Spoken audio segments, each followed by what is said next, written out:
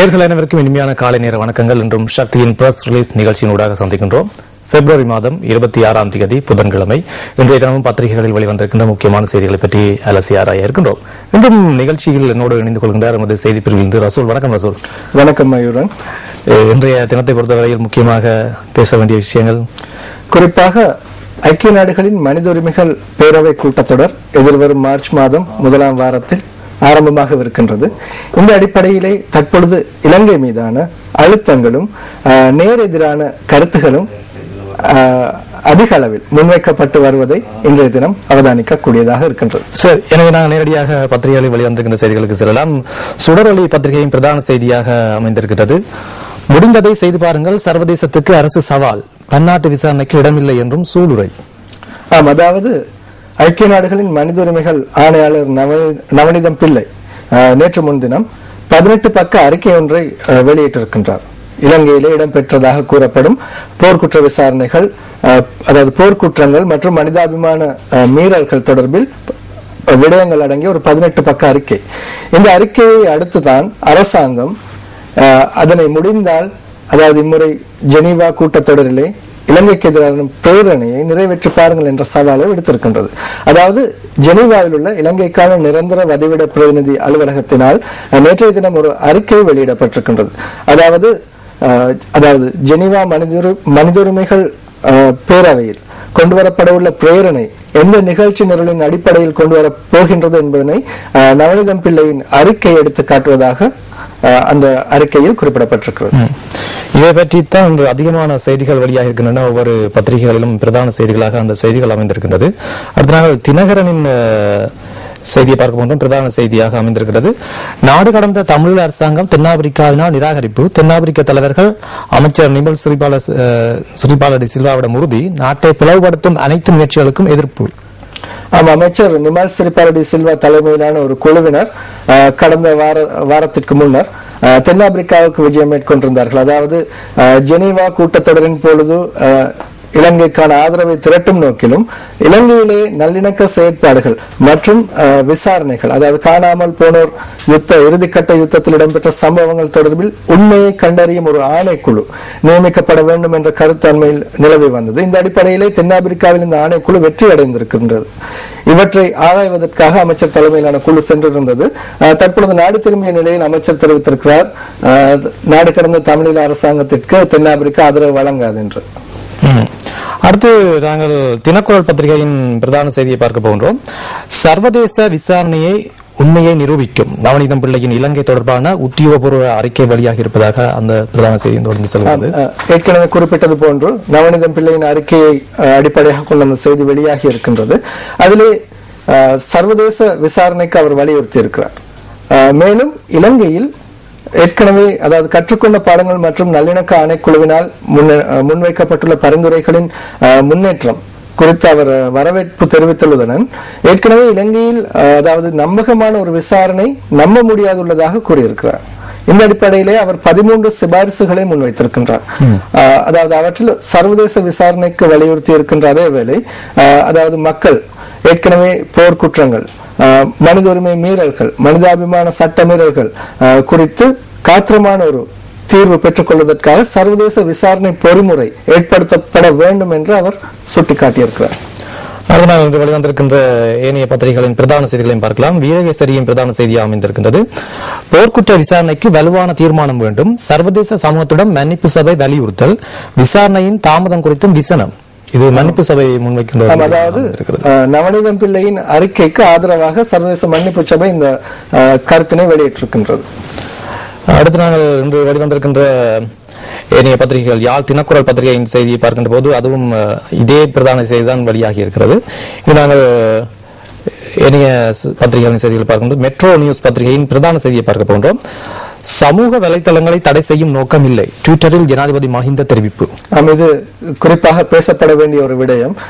அண்மையில் இலங்கையில் பேஸ்புக் தொடர்பில் 3 மரணங்கள் பதிவாகி இருக்கின்றன. அதாவது பாடசாலை மாணவிகள் தற்கொலை செய்து கொண்ட சம்பவங்கள் பதிவாகின.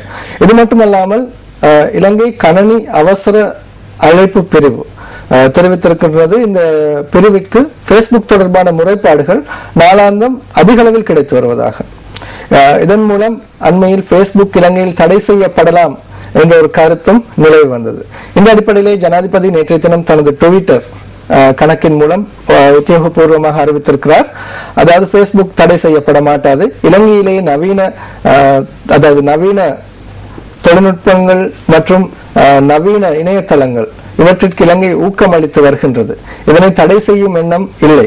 அதாவது இதனை சிறுவர்கள் பயன்படுத்தும் பொழுது அதிலே இருக்கின்ற தாக்கங்கள், விளைவுகளை கவனத்தில் கொள்ள வேண்டும், அவை அவதானமாக கையாளப்பட வேண்டும் என்று கூறியிருக்கிறார். நாங்கள் உதயன் பத்திரிகையின் செய்திகளை பார்க்கலாம். உதயன் பத்திரிகையின் பிரதான செய்தியாக அமைந்திருக்கின்ற விடயம், தனித்தமிழீழத்துக்கு பொது வாக்கெடுப்பு, தேர்தல் விஞ்ஞாபனத்தில் முதல்வர் ஜெயலலிதா அதிரடி. இந்திய பாராளுமன்ற தேர்தலை முன்னிட்டு நேற்றைய தினம் ஜெயலலிதா, அதாவது தமிழக முதல்வர் ஜெயலலிதா தேர்தல் விஞ்ஞாபனத்தை வெளியிட்டிருக்கின்றார். அனைத்து இந்திய அண்ணா திராவிட கழக முன்னேற்றம் சார்பாக இதில் அவர் குறிப்பிட்டிருக்கிறார். அதாவது ஏற்கனவே கச்சத்தீவு விடயத்தையும் குறிப்பிட்டிருக்கிறார்.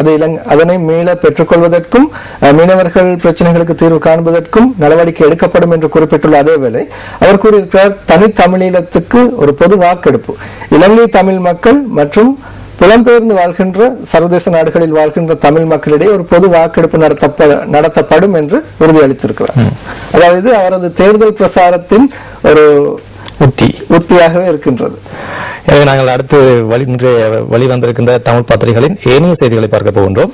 போர்க்குற்றங்களில் ஈடுபட்ட கருணா பிள்ளையான் டக்ளஸ் மீது அரசு நடவடிக்கை எடுக்கவில்லை, நவநீதம் பிள்ளை குற்றச்சாட்டு என்று செய்தி தொடர்ந்து செல்கிறது. குறிப்பாக இந்த பத்திரிகையில் மட்டும்தான் அந்த குற்றச்சாட்டு நவநீதம் பிள்ளை முன்வைக்கப்பட்டிருப்பதாக தெரிவிக்கப்பட்டிருக்கின்றது. ஏனைய அனைத்து தேசிய தமிழ் பத்திரிகைகளிலும் அதாவது பொதுவான 13 பரிந்துரைகள் தொடர்பிலேயே சுட்டிக்காட்டப்பட்டிருக்கின்றன. தனி நபர்களின் பெயர்கள் குறிப்பிடப்பட்டிருக்கின்றது. அதுவேளையில் ஐரோப்பிய ஒன்றியம் புலிகளை தடை செய்தமை பெரும் தவறு, போர் நிறுத்த கண்காணிப்பு குழுவின் முன்னாள் தலைவர் தெரிவிப்பதாக ஒரு செய்தி வெளியாக இருக்கிறது. இலங்கையிலே போர் நிறுத்த உடன்படிக்கை மேற்கொள்ளப்பட்டிருந்த காலப்பகுதியில் போர் நிறுத்த குழுவில் இவர் அங்கம் வகித்திருந்ததுடன் தலைவராகவும் கடமையாற்றியிருக்கிறார். இந்த அடிப்படையிலே அவர் கூறியிருக்கிறார், அதாவது இந்த குழு நிலை கொண்டிருந்த காலப்பகுதியில் அவர் பாதுகாப்பு செயலாளரை குற்றம் சாட்டியிருக்கிறார் அந்த செய்தியில். இதனால் இலங்கையில் போர் நிறுத்த கண்காணிப்பு குழுவின் செயற்பாடுகள் உரியவாறு முன்னெடுப்பதில் சிரமம் காணப்பட்டதாகவும் அவர் கூறியிருக்கிறார். சுடரொலியின் ஏனைய செய்திகளை பார்க்கின்ற போது, அடுத்த அமர்வு மட்டக்களப்பில் காணாமல் போனோர் ஆணைக்குழு அறிவிப்பு என்ற செய்தி வெளியாக இருக்கிறது. ஏற்கனவே கிளிநொச்சி, யாழ்ப்பாணம் பகுதிகளில் இந்த காணாமல் போனோர் விசாரணைகள் ஆரம்பிக்கப்பட்டன. இதன் முதல் கட்டம் முடிவடைந்திருக்கின்றது. தற்பொழுது மட்டக்களப்பிலும் இந்த குழு காணாமல் போனோர் தொடர்பான முறைப்பாடுகளை விசாரிப்பதாக தெரிவிக்கப்பட்டிருக்கின்றது. கொழும்பில் தேவையில்லை என்றும் ஒரு செய்தி கலவரம் வெளியாகியிருந்தது. வருடாந்தம் 10 லட்சம் சிசுக்கள் பிறந்த முதல் நாளிலே இறப்பு, சர்வதேச அமைப்பு கணிப்பு என்ற ஒரு செய்தி வெளியாக இருக்கிறது. அடுத்து சுடரொலியின் ஆசிரியர் தலையங்கம், பூனை கண்ணை மூடிக்கொண்டால் பூலோகம் இருண்டு விடுமா என்ன கேள்விக்குறியோடு சிறப்பான ஒரு ஆசிரியர் தலையங்கத்தை வரைந்திருக்கின்றது. அடுத்து இன்றைய சுடரொலியில் வெளிவந்திருக்கின்ற கேலி சித்திரம் ஸ்ரீபாலவும் அற்புத விளக்கும் என்ற தலைப்பில் அந்த கேலி சித்திரம் JP அவர்களால் தீட்டப்பட்டிருக்கின்றது. ஏற்கனவே பொதுநலவாய அரசு தலைவர்கள் மாநாடு இடம்பெற்ற பொழுது தென்னாப்பிரிக்க ஜனாதிபதி ஜேக்கப் சூமா அவர் தனது இறுதி நாள் உரையிலே தெரிவித்திருந்தார், அதாவது தென்னாப்பிரிக்கா இலங்கையின் நல்லிணக்க செயற்பாடுகளுக்கு முழு ஒத்துழைப்பு வழங்கும் என்று. அந்த அடிப்படையில் தான் அமைச்சரின் இந்த விஜயமும் தென்னாப்பிரிக்காவுக்கான விஜயம் அமைந்திருந்தது. இதன் அடிப்படையில் தற்பொழுது தென்னாப்பிரிக்காவை முன்னிறுத்தி தீர்வுகள் எட்டப்பட போகின்றன என்ற ஒரு தோரணையில் அமைச்சர் இந்த கருத்துக்களை வரையப்பட்டிருக்கிறார். அடுத்து நாங்கள் தினகரன் பத்திரிகையின் இணைய செய்திகளை பார்க்கலாம். டெங்கு ஒழிப்பு நடவடிக்கைகளால் உயிரிழப்புகள் கணிசமான அளவு குறைவு, மலேசியா சிங்கப்பூரோடு ஒப்பிடுகையில் நமக்கு பெருவெற்றி, டெங்கு தொடர்ந்து நமக்கு அச்சுறுத்தலே, பப்பாசி மா எலுமிச்சை இலைகள் டெங்கு நோய்க்கு நிவாரணம் அல்ல என்று சுகாதார அமைச்சர் தெரிவித்திருப்பதாக செய்தி வெளியாகி இருக்கிறது. அதாவது அமைச்சர் மைத்ரிபால சிறிசேன அண்மையில் உலக சுகாதார ஸ்தாபனத்தினால் விருது வழங்கி கௌரவிக்கப்பட்டார். அதாவது அவரது சுகாதாரத்துறையில் அவர் மேற்கொண்டு வருகின்ற சேவைகளை பாராட்டி.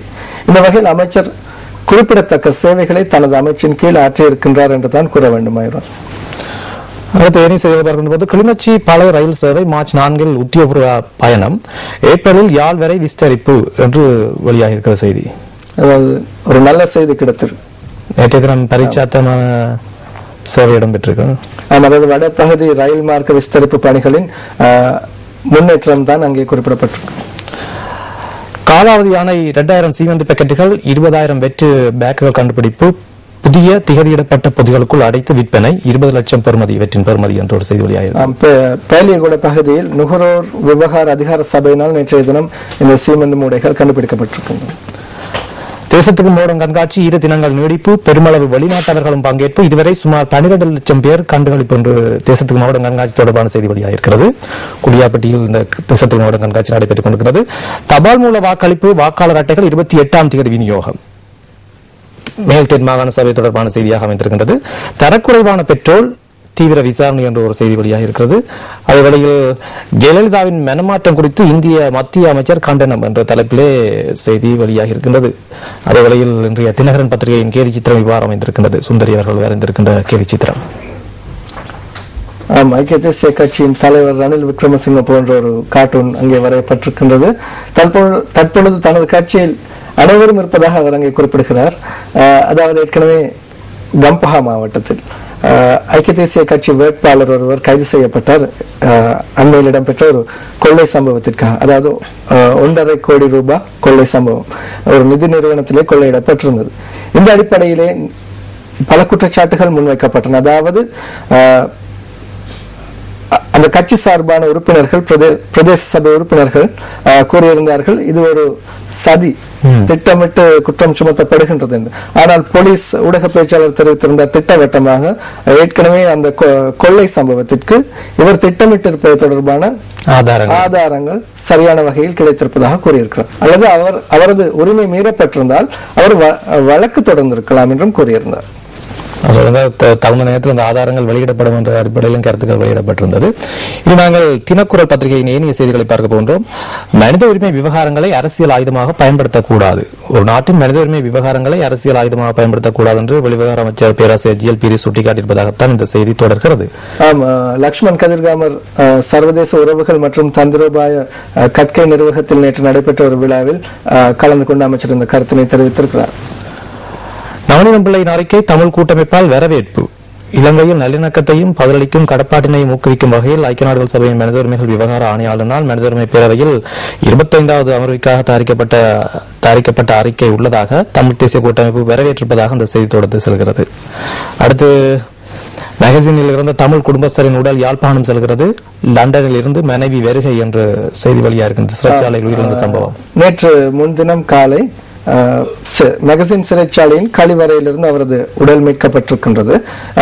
இந்த அடிப்படையிலே அதாவது பல்வேறு கோணங்களில் விமர்சனங்கள் வெளியிடப்பட்டு வந்தன. இதற்கு அரசாங்கம் பொறுப்பு கூற வேண்டும் என்று ஏற்கனவே அண்மையில் தமிழ் சிறை கைதிகள் அதாவது ஏற்கனவே உயிரிழந்த சம்பவங்களும் பதிவாகி இருந்தன. இந்த அடிப்படையிலே இவரது உயிரிழப்பும் ஒரு கொலையாக இருக்கலாம் என்ற சந்தேகம் எழுப்பப்பட்டது.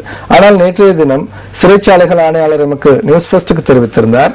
அதாவது இவர் தொடர்பான பிரேத பரிசோதனைகளின் பின்னர் அதன் போது உறுதி செய்யப்பட்டிருக்கின்றது. அதாவது இவரது இதயத்தில் இருக்கின்ற ஒரு இரத்த நாளம் வெடித்து அந்த குருதி கசிவினால் இந்த மரணம் சம்பவித்திருப்பதாக அது தீர்மானமாக கூறப்பட்டிருக்கிறது என்று கூறினார். இந்த அடிப்படையிலே இந்த சர்ச்சைகள் எவ்வாறு மேலும் முன்வைக்கப்பட போகின்றன என்று பார்க்க வேண்டும்.